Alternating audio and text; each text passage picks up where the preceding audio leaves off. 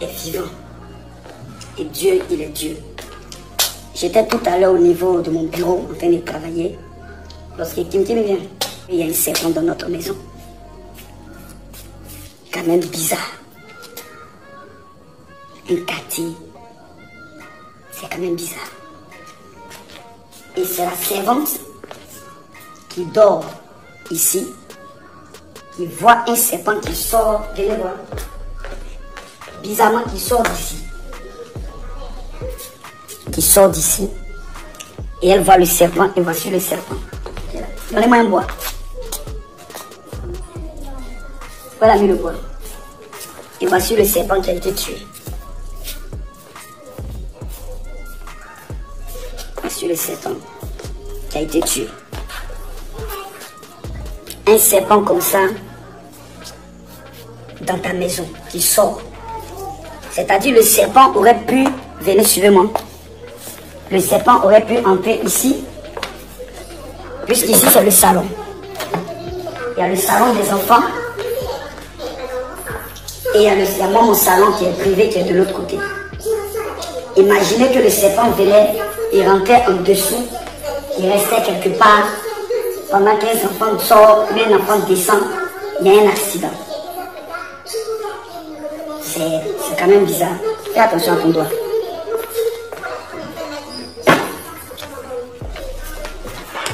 Tu as mis le bois là-haut. C'est pas bien grave. Sur le serpent.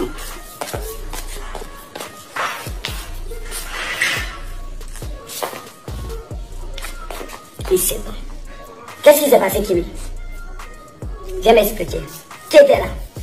Viens m'expliquer. Explique-moi.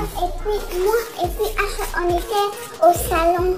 Et puis H était par terre. Il était en train de regarder la télévision. Puis moi aussi, j'étais en train de manipuler mon téléphone. Et puis après, la Toti est venue me dire qu'elle veut allumer la lumière parce qu'elle veut faire un truc au dehors. C'est ça, après, elle est partie allumer la lumière. Quand elle a allumé la lumière, je lui ai dit, je vais passer voir un truc au dehors. Et puis je suis sortie, je vois Toti, elle était avec le bois qui était en train de taper quelque chose au dehors. Et puis je viens m'approcher, je vois le serpent. Moi j'ai crié, puis j'ai couru pour aller dans la chambre de Métis. Et puis après j'ai crié, Métis, il y a un serpent. Et puis Métis est partie appeler Kimi. Et puis nous sommes partis au balcon. La Toti là, elle dit que sa tête lui faisait mal. Et puis son bras lui faisait mal aussi, qu'elle ne pouvait plus taper. Donc après on est parti. Et puis Kimi a appelé Yann et puis elle t'a appelé papa. Donc vous étiez au balcon ici. Vous n'êtes pas descendu, venir l'aider.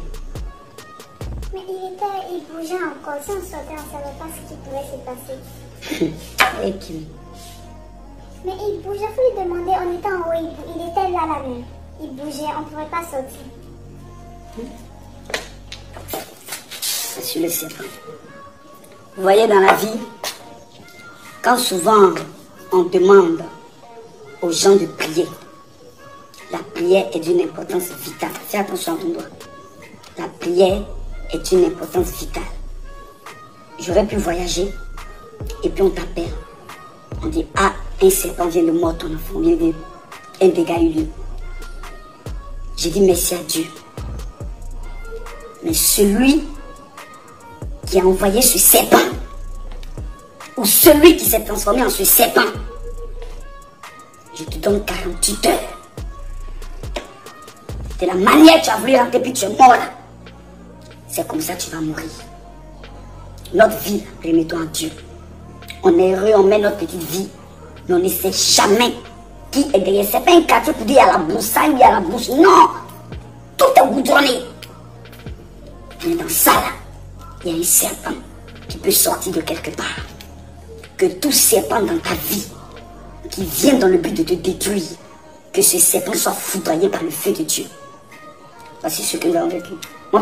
C'est la prière qui règle toutes choses. Ok? Que Dieu nous bénisse. Amenez le feu et le brûler tout à l'heure. Les amis, soyez bénis.